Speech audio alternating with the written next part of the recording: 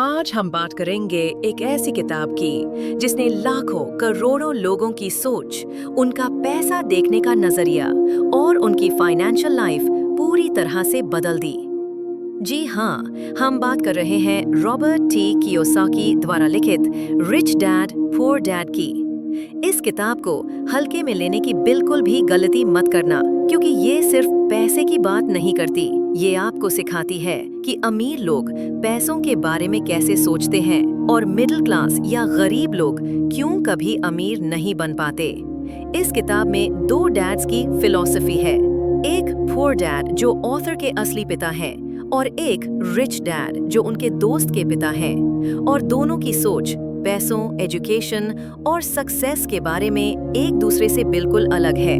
आप देख रहे हैं माइंडसेट पीडिया, जहां हर पन्ना खोलता है एक नए माइंडसेट का दरवाजा, क्योंकि दिमाग का लॉक किताब से होगा unlock. Chapter 1, the rich don't work for money. अमीर लोग पैसों के लिए काम नहीं करते, वो पैसे को अपने लिए काम करवाते हैं। इस पहले चैप्टर में रॉबर्ट हमें एक बहुत बड़ा माइंडसेट शिफ्ट देते हैं। जब वो छोटे थे तो उन्होंने अपने दोनों डैड से अलग अलग सीख ली। उनके पुअर डैड कहते थे, अच्छी पढ़ाई करो ताकि तुम्हें एक अच्छी नौकरी मिल सके। वहीं रिच डैड कहते थे, नौकरी मत ढूंढो, पैसे की ताकत को समझो, पैसा तुम्हारा गुलाम बनना चाहिए, तुम उसका नहीं। एक इंसिडेंट में रॉबर्ट और उसका दोस्त माइक रिच डैड से बिजनेस सीखना चाहते हैं। रिच डैड उन्हें एक दुकान में लो सैलरी पर काम पर लगाते हैं, बिना कोई रीजन बताए, बस ऑब्जर्व करने के लिए कि वो दोनों किस तरह रिएक्ट करते हैं। रॉबर्ट इनिशियली फ्रस्ट्रेटेड हो जाता है, इतनी कम सैलरी, इतनी मेहनत, ये तो अनफेयर है। लेकिन रिच डैड उन्हें सिखाते हैं कि ये फ्रस्ट्रेशन ही सबसे बड़ी टीचर है। जब आप सिर्फ पैसे के लिए काम करते हो तो आप फाइनेंशियल ट्रैप में फंस जाते हो, लेकिन जब आप सिस्टम और अपॉर्चुनिटी को समझते हो तो आप उस ट्रैप से बाहर निकलते हो।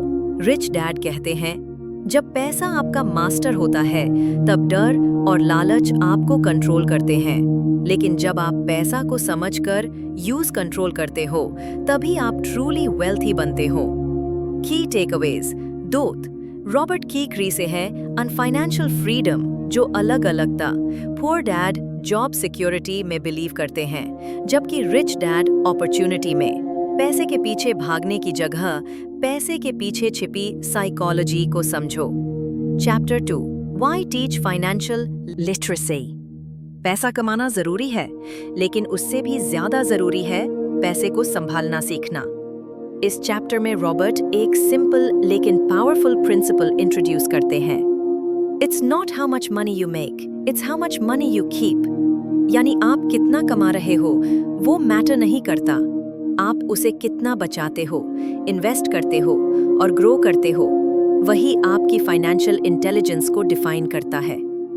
पुअर डैड की फिलॉसफी थी, get a high paying job, लेकिन रिच डैड कहते थे, अगर आपकी इनकम बढ़ती है और आपकी स्पेंडिंग भी उसी रेशियो से बढ़ रही है तो आप कभी अमीर नहीं बन सकते। रॉबर्ट यहाँ दो की टर्म सिखाते हैं। एसेट्स, वो चीजें जो आपकी जेब में पैसा डालती हैं, जैसे रेंटल प्रॉपर्टीज, स्टॉक्स।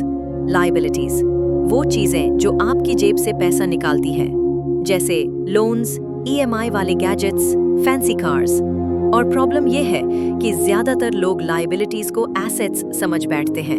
एग्जाम्पल, घर जो लोन पर लिया गया है वो फाइनेंशियल लायबिलिटी है, ना कि एसेट, क्योंकि वो आपकी पॉकेट से पैसा निकाल रहा है। रिच पीपल क्या करते हैं, वो अपनी इनकम से एसेट्स खरीदते हैं, एसेट्स उनकी कैश फ्लो जनरेट करती हैं और वो कैश फ्लो फिर और एसेट्स में इन्वेस्ट होता है। यही है वेल्थ बिल्डिंग लूप। की टेकअवेज, फाइनेंशियल लिटरेसी का मतलब है पैसे की लैंग्वेज को समझना, एसेट और लायबिलिटी में फर्क करना सीखो।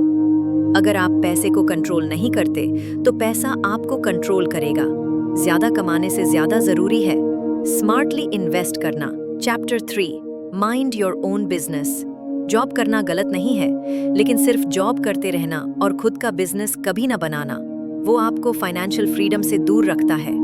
रॉबर्ट इस चैप्टर में हमें एक आई ओपनर देते हैं। ज्यादातर लोग अपना सारा ध्यान दूसरों के बिजनेस को ग्रो करने में लगाते हैं, एक एम्प्लॉई अपने एम्प्लॉयर का बिजनेस बढ़ाता है, एक सेल्समैन अपनी कंपनी के प्रोडक्ट्स बेचता है और एक प्रोफेशनल अपनी फर्म की रेपुटेशन बनाता है। लेकिन वो कभी अपना बिजनेस माइंड नहीं करता। वो भूल जाता है कि उसे भी अपनी एसेट्स की दुनिया बनानी है। रिच डैड के रिच डैड कहते हैं, तुम्हारी जॉब तुम्हें शॉर्ट टर्म सिक्योरिटी दे सकती है, लेकिन तुम्हारा असली वेल्थ तुम्हारे एसेट्स में छिपा है।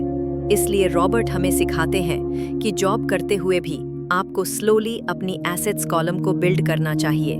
यहाँ माइंड योर ओन बिजनेस का मतलब यह नहीं है कि नौकरी छोड़ दो, बल्कि नौकरी के साथ साथ अपना पर्सनल फाइनेंशियल बेस डेवलप करना शुरू करो। रॉबर्ट एग्जाम्पल्स देते हैं, stocks, mutual funds, real estate, royalties, intellectual property, ये सब आपके लिए इनकम जनरेट कर सकते हैं बिना आपकी एक्टिव प्रेजेंस के। और ये डिफरेंस है self employed versus business owner mindset का। की टेकअवेज, अपनी सैलरी को यूज करो ताकि उससे एसेट्स बिल्ड हो सके। अपने एम्प्लॉयर का बिजनेस ग्रो करने के साथ साथ अपना भी सोचो। धीरे धीरे पैसिव इनकम स्ट्रीम्स बनाओ। जॉब करो लेकिन अपना वेल्थ बिल्डिंग प्लान साथ में रखो। Chapter 4: The History of Taxes and the Power of Corporations. Middle class taxes देते हैं। अमीर लोग सिस्टम को समझकर उससे फायदा उठाते हैं। रॉबर्ट इस चैप्टर में 2 बड़े आइडियाज डिस्कस करते हैं।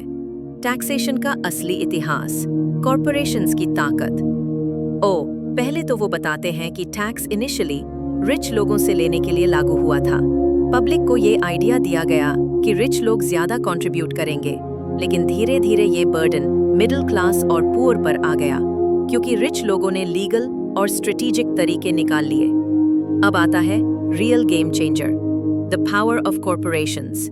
अमीर लोग कॉरपोरेशंस को एक फाइनेंशियल शील्ड की तरह यूज करते हैं, यानी पहले वो अपने बिजनेस से एक्सपेंस डिडक्ट करते हैं और फिर बचे हुए अमाउंट पर टैक्स देते हैं।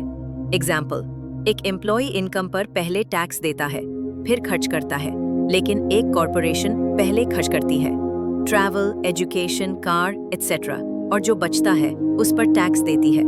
रॉबर्ट समझाते हैं कि अगर आप फाइनेंशियल एजुकेशन रखते हैं तो आप भी कॉरपोरेशंस की तरह ऑपरेट कर सकते हैं और लीगल तरीके से टैक्स कम कर सकते हैं। की टेकअवेज, टैक्सेशन सिस्टम को समझना जरूरी है, ब्लाइंड फेथ में मत जियो। कॉरपोरेशन एक पावरफुल टूल है जो अमीरों को फाइनेंशियल एज देता है। अपनी फाइनेंशियल लिटरेसी बढ़ाओ ताकि आप सिस्टम से डरने की जगह उसका इस्तेमाल करना सीखो। अमीर लोग अकाउंटेंट और लॉयर हायर करते हैं ताकि वो लॉज को वायलेट नहीं बल्कि वाइजली यूज कर सकें। Chapter 5: the rich invent money. अवसर हर जगह होते हैं, सवाल ये है कि क्या आपकी आंखें उन्हें देख पाने के लिए ट्रेन्ड है। इस चैप्टर में रॉबर्ट बताते हैं कि रिच लोग एवरेज लोगों से अलग कैसे सोचते हैं। जब किसी को प्रॉब्लम दिखती है, रिच माइंडसेट उसमें अपॉर्चुनिटी ढूंढता है। पुअर और मिडिल क्लास माइंडसेट डर जाता है, रिस्क से घबराता है और कहता है मैं ये नहीं कर सकता, ये बहुत मुश्किल है। वहीं रिच डैड की फिलॉसफी होती है, how can I afford it, यानी वो सवालों को बंद नहीं करता बल्कि उन्हें ओपन एंडेड रखता है ताकि सॉल्यूशंस खुद निकल कर आएं। रॉबर्ट कहते हैं कि फाइनेंशियल इंटेलिजेंस में 4 चीजें शामिल होती हैं। अकाउंटिंग, नंबर्स को समझना, इन्वेस्टिंग, पैसे से पैसे बनाना, मार्केट अंडरस्टैंडिंग, मार्केट बिहेवियर को पढ़ना, लॉ, टैक्स और लीगल लूपहोल्स को समझना। इन 4 स्किल्स को शार्पन करके आप भी वो कर सकते हैं जो आम लोग करने से डरते हैं। वेल्थ क्रिएट करना फ्रॉम स्क्रैच।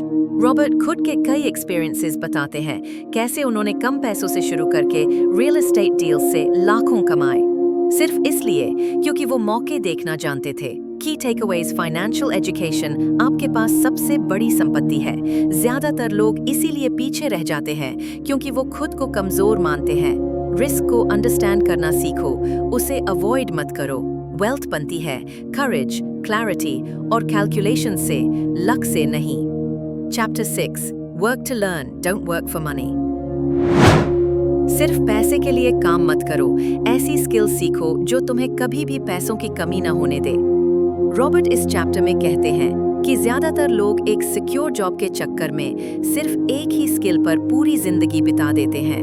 पुअर डैड की फिलॉसफी थी, स्पेशलाइज करो, एक्सपर्ट बनो। जॉब लो और रिटायरमेंट तक वही करो। लेकिन रिच डैड कहते थे जनरल नॉलेज सीखो, फाइनेंस, सेल्स, मार्केटिंग, कम्युनिकेशन, ताकि तुम किसी भी परिस्थिति में सर्वाइव और थ्राइव कर सको। रॉबर्ट का खुद का एग्जाम्पल बहुत इंस्पायरिंग है। उन्होंने जेरोक्स में सेल्स जॉब इसलिए की ताकि वो सेल्स सीख सकें, ना कि सिर्फ इनकम के लिए। उन्हें मालूम था कि कम्युनिकेशन और सेलिंग स्किल्स उनके फ्यूचर बिजनेस वेंचर्स में बहुत काम आएंगे, और यही हुआ। जब उन्होंने अपना फाइनेंशियल एजुकेशन बिजनेस शुरू किया तो वो ऑलरेडी सेल्स और मार्केटिंग में इतने कॉन्फिडेंट थे कि उनका बिजनेस तेजी से ग्रो करने लगा। एक और पावरफुल इंसाइट इस चैप्टर में है, अमीर बनने के लिए जरूरी है कि आप क्रॉस फंक्शनल नॉलेज रखें, यानी आपको अकाउंटिंग का भी थोड़ा समझ हो, लॉ का भी, इन्वेस्टिंग का भी और ह्यूमन साइकोलॉजी का भी। की टेकअवेज, सिर्फ एक स्किल में एक्सपर्ट बनकर आप लिमिटेड इनकम तक ही पहुंच सकते हो। वे जितना ज्यादा सीखोगे उतना ज्यादा अर्न करोगे, डायरेक्टली या इनडायरेक्टली। कम्युनिकेशन और सेल्स दो ऐसी स्किल्स हैं जो हर फील्ड में काम आती हैं। जो लोग लाइफ लॉन्ग लर्नर्स होते हैं वही अल्टीमेटली विनर्स बनते हैं। Chapter 7, overcoming obstacles.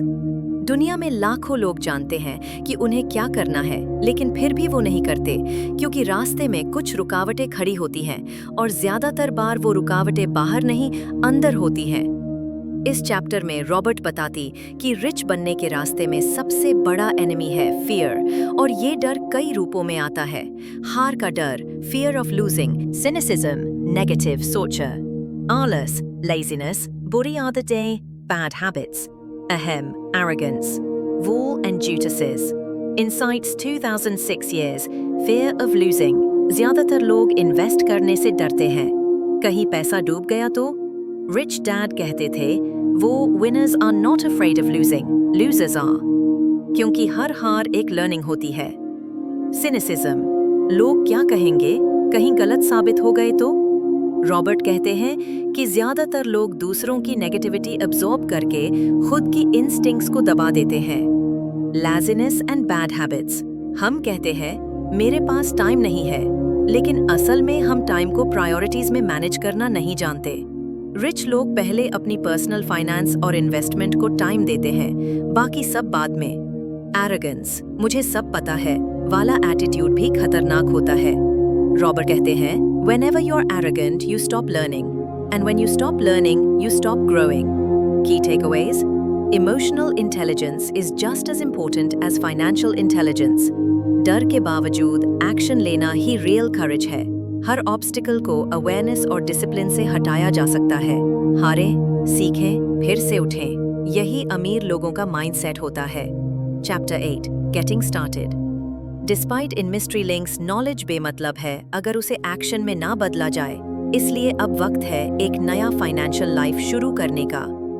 इस चैप्टर में रॉबर्ट आपको 7 प्रैक्टिकल स्टेप्स बताते हैं जिनसे आप अपनी फाइनेंशियल जर्नी की सॉलिड शुरुआत कर सकते हैं।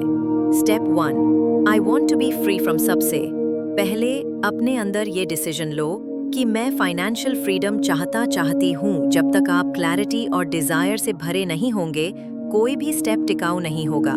Step 2, choose your heroes. उन लोगों को फॉलो करो जो ऑलरेडी वहां पहुंच चुके हैं जहां तुम जाना चाहते हो। उनसे सीखो, उनके इंटरव्यूज, बुक्स, हैबिट्स।